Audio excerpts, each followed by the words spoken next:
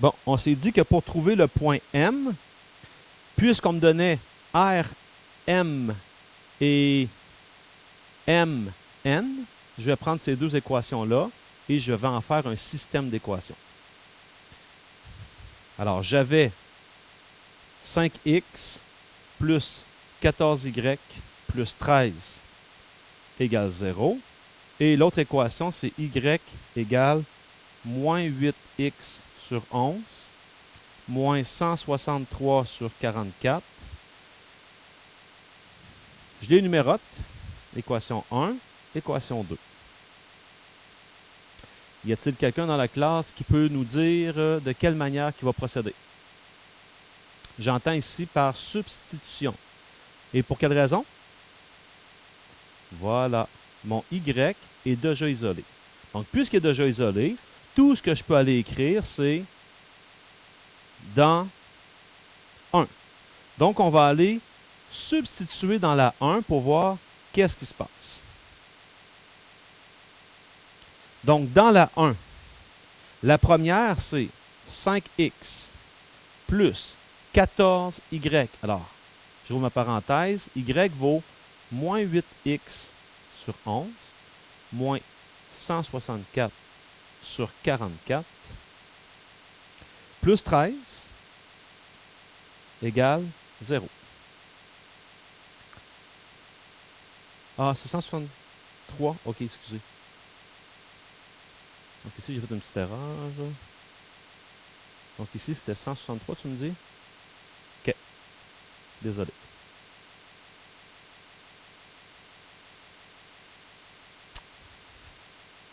Bon. L'étape suivante va consister à distribuer ça ici et faire mon calcul. Donc, j'ai 5x moins, parce que plus fois moins 112x sur 11 moins 2282 sur 44 plus 13 égale 0.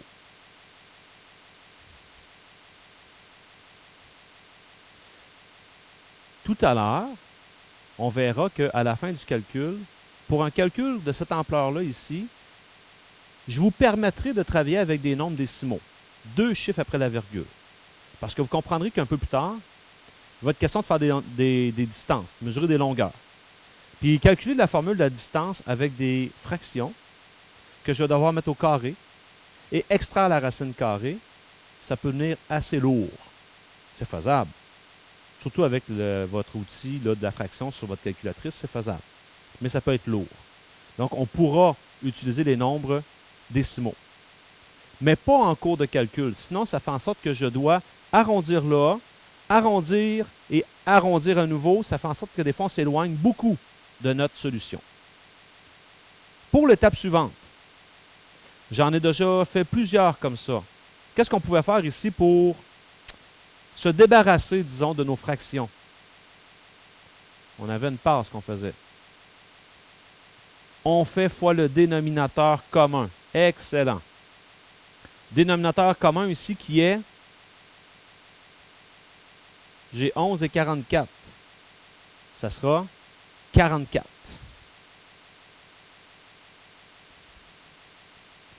ne suis pas obligé de multiplier 11 et 44, là, parce que 44, j'ai juste à faire 11 fois 4, puis j'y arrive. Donc, distribuons. Je me retrouve avec 220x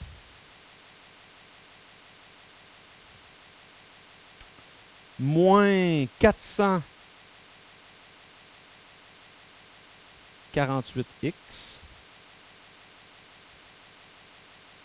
moins, quand je vais faire 44 fois ça divisé par 44, ça va me donner le numérateur, 2282, plus 44 fois 13 qui nous donne, quelqu'un peut m'aider? 572 égale 0. Regroupons. Donc, j'ai ici moins 228x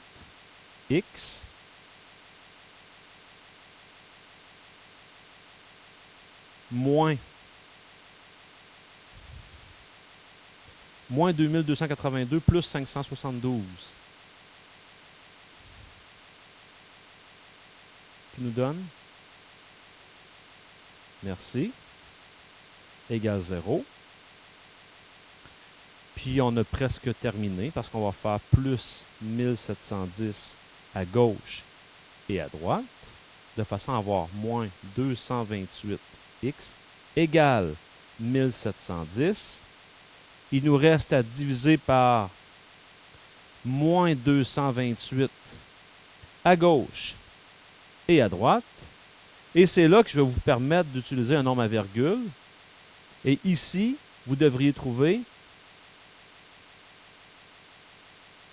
7,5. J'ai dit deux chiffres après la virgule, mais bon, dans ce cas ici, ça arrivait vraiment à 7,5. Emmanuel? Ah oui, moins 7,5. Merci. Un plus divisé par un moins. Tiens, Emmanuel, tandis que tu as la parole, qu'est-ce que tu ferais par la suite? Parce que je te rappelle qu'on va aller chercher les coordonnées du point M. Trouve le Y en faisant quoi?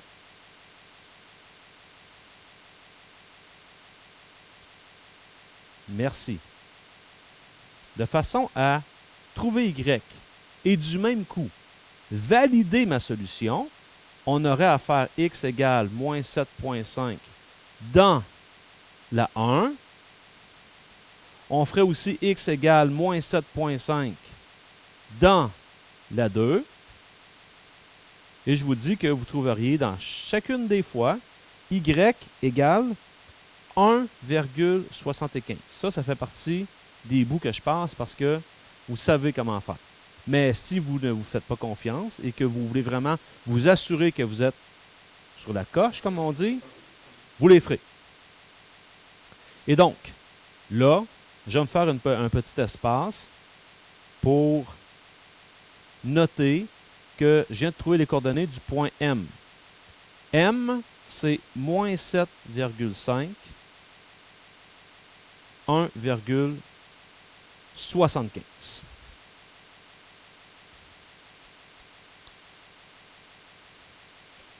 Mieux que ça, je vais tourner ma page. Puis là, si le prof est gentil, je vais me rendre compte que, oh, super, le graphique est agrandi, ça travaille bien. Donc, je vais aller sur ce graphique-là et je vais aller identifier les coordonnées parce que c'est important de faire ça parce que plus je vais avancer dans mon problème, plus j'aurai d'informations. Donc, M, c'est coordonnées, moins 7,5, 1,75. Puis, je vous dirais que du même coup, on peut constater que notre réponse a bien du sens parce que ça a l'air d'arriver pas mal dans ce coin-là. Et tant qu'à être là,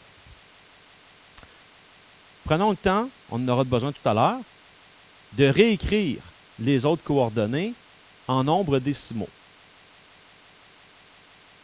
Moins 1,5, 7,75.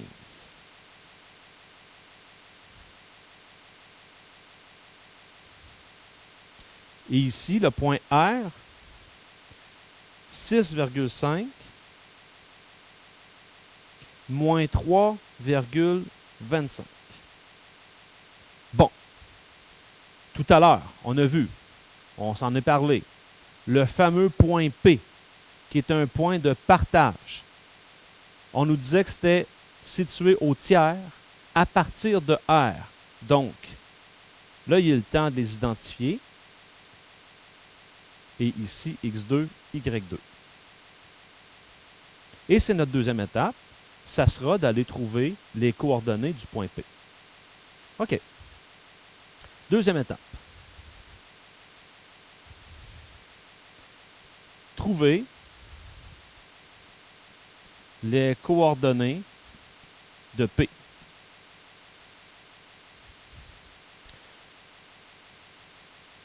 On s'est rendu compte que c'est un point de partage. Je me suis souvenu aussi que dans les points de partage, j'avais deux situations possibles. Soit est situé haut, ou bien est dans le rapport. On a un choix à faire. Je vous ai dit que ça vous appartient. Il y a des personnes qui travaillent toujours avec la même formule, d'autres s'ajustent. Si vous travaillez toujours avec la même formule, assurez-vous de faire le bon transfert du rapport. Disons qu'on y va directement ici, ça veut dire que mon fameux tiers, ça c'est A, B. Et je travaillerai avec la formule x1 plus A sur B, x2 moins x1,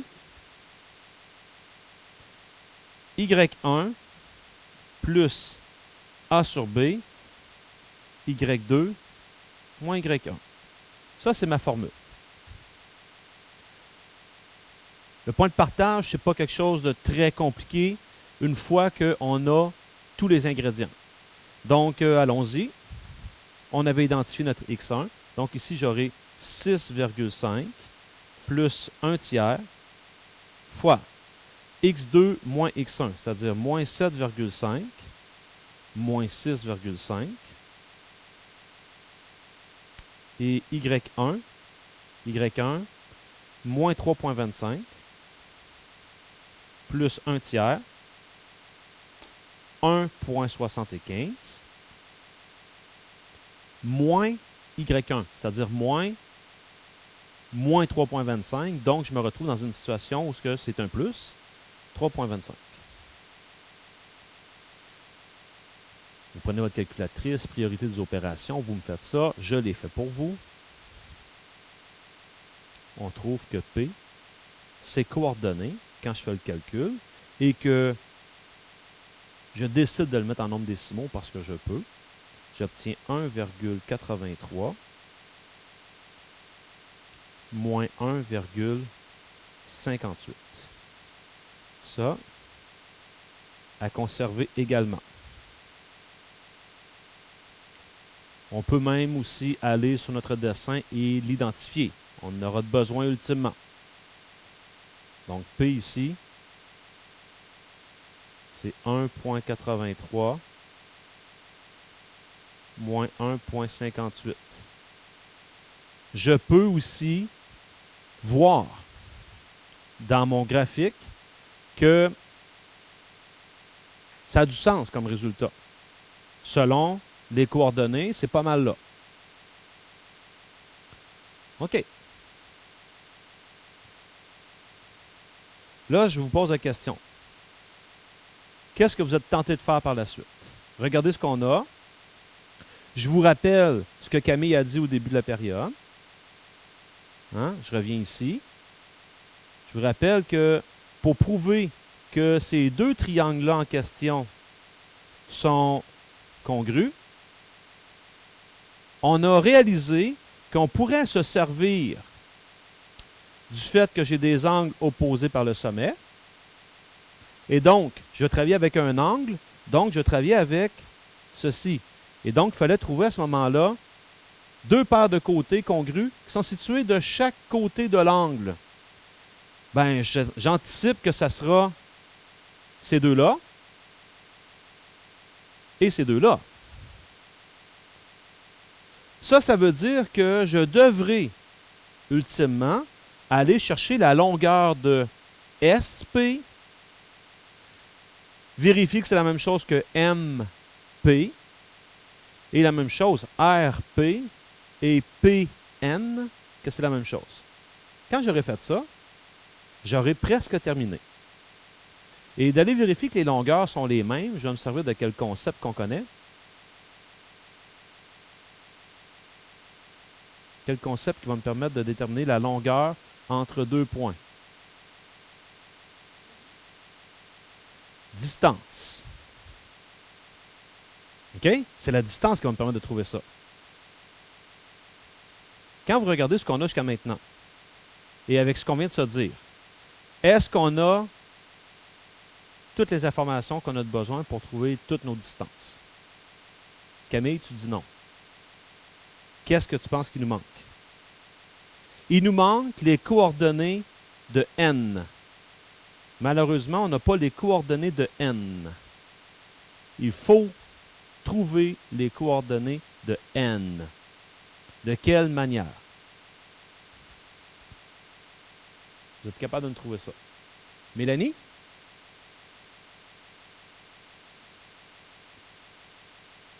Point milieu de quoi? C'est peut-être intéressant, mais point milieu de quoi? Troisième étape, on a réalisé qu'il faut trouver les coordonnées de n.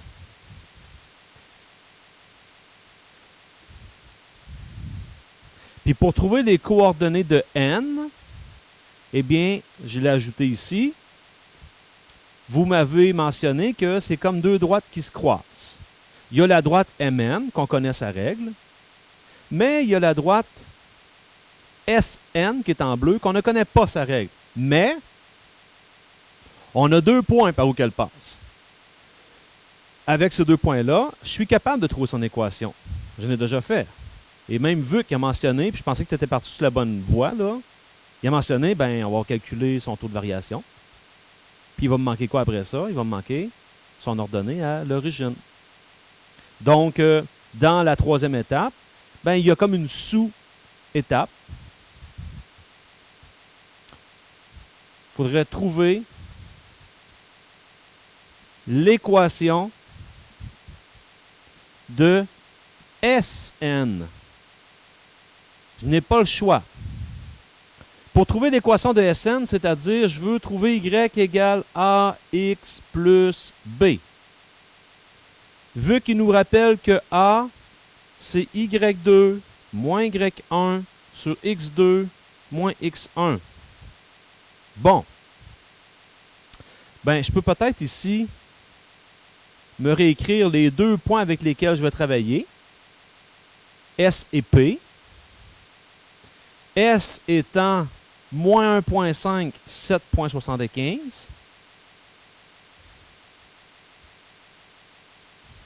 Et P étant 1.83, moins 1.58. X1, Y1, X2, Y2. L'ordre n'a pas vraiment d'importance. Je vais y arriver comme ça. Allons remplacer.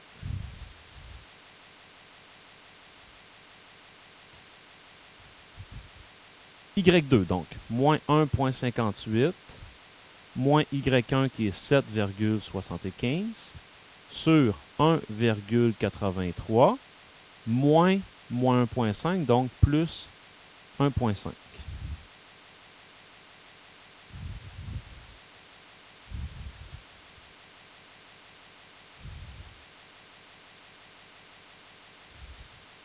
Faites le calcul. Si vous voulez le faire directement avec votre calculatrice, l'utilisation de parenthèses bien placées peut aider les choses. Si vous ne voulez pas travailler en fractions, vous pouvez prendre le nombre décimal que ça vous donne. Vous devriez retrouver moins 2,8.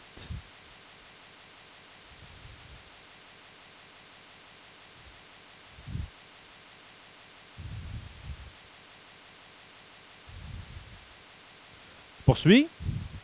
A vaut moins 2,8. Donc, ça veut dire que là, je suis rendu à Y égale moins 2,8x plus B. Et là, pour trouver B, ben, vous allez prendre un couple. Le couple qui vous semble le plus facile, ben, il y a des fois, comme ici, où ça n'a pas vraiment d'impact parce que les deux sont assez bizarres. Donc, disons que je prends celui-là ici. Ça veut dire que j'aurai 7,75 égale moins 2,8 fois moins 1,5 plus B. Donc, je fais ce calcul-là. Ça veut dire 7,75 égale moins fois moins qui donne un plus. Ça fait-tu 4,2 plus B? Je vais faire moins 4,2 de chaque côté. Et je vais obtenir 3,55 égale B. Ainsi, l'équation de la droite SN, c'est Y égale moins 2,8 X plus 3,55.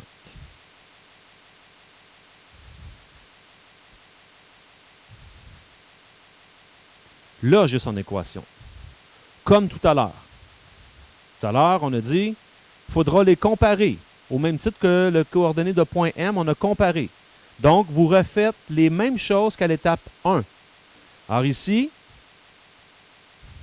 pour trouver ces coordonnées, j'aurai à faire la comparaison entre Y égale moins 2,8 X plus 3,55 et l'équation de l'autre, qui est moins 8x sur 11, donc y égale moins 8x sur 11, moins 163 sur 44. Équation 1, équation 2. Lorsque vous regardez la forme de mes deux équations, quelle méthode privilégiez-vous? Comparaison. Parce que là, Y, Y. J'ai les deux qui sont égaux. 5. C'est ce qui fait en sorte que je viens de déduire les coordonnées de mon point N. Je retourne dans mon schéma. Et là, je peux aller identifier mon point N. N, c'est 3,5 moins 6,25. Et je veux encore une fois vous faire réaliser une affaire. Mon calcul me laisse croire que c'est bon, parce que 1, 2, 3,5, moins 1, moins 2, moins 3, moins 4, moins 5, moins 6,25, ça a de l'allure. OK. Là, je suis en mesure maintenant d'aller vérifier si mes mesures qu'on avait précisées au départ étaient bonnes. Donc, ça, c'est une question de distance. Alors, ce qu'on a à faire, c'est nos 4 distances qu'on avait ciblées au départ. Je commence avec une première. Donc, on est rendu à quelle étape? Étape 4. Trouver les distances. Je mets une parenthèse. Dans le fond, ça se trouve être des longueurs qu'on va trouver là. Une des premières distances qu'on voulait calculer, P à N. Donc, je vais écrire distance Pn. Là, je fouille sur ma feuille de mémoire, je ressors la formule. x2 moins x1 au carré plus y2 moins y1 au carré.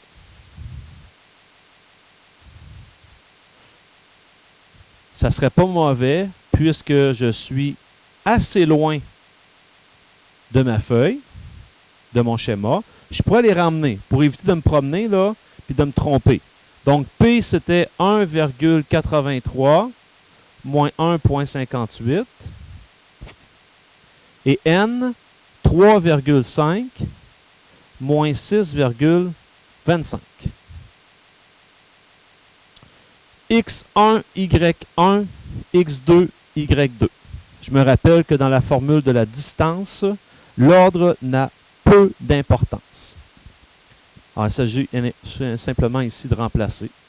Donc, je vais obtenir 3,5 moins 1,83 au carré plus moins 6,25 plus 1,58 au carré.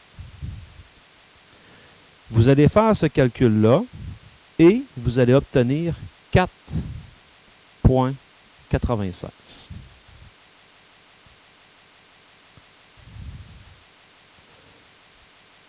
Vous feriez normalement la même chose pour les 3 autres côtés qu'on avait ciblés tout à l'heure. C'est-à-dire, vous trouveriez la distance entre S et P. Quand vous allez l'essayer, je vous le dis tout de suite, vous devriez trouver 9,91. Vous allez de la même manière faire la distance entre P et R. Après l'avoir fait pour vous, 4,96 que j'ai trouvé. Et finalement, la distance entre M et P, j'ai également trouvé 9,91. Ça confirme que j'ai deux paires qui sont congrues et ils sont de chaque côté de l'angle. Conclusion.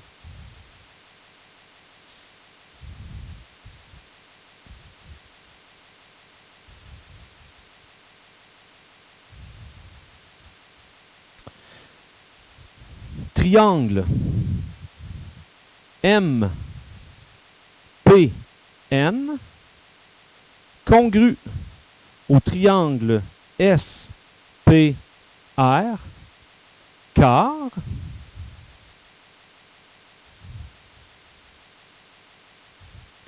j'ai la distance MP qui est égale à la distance SP.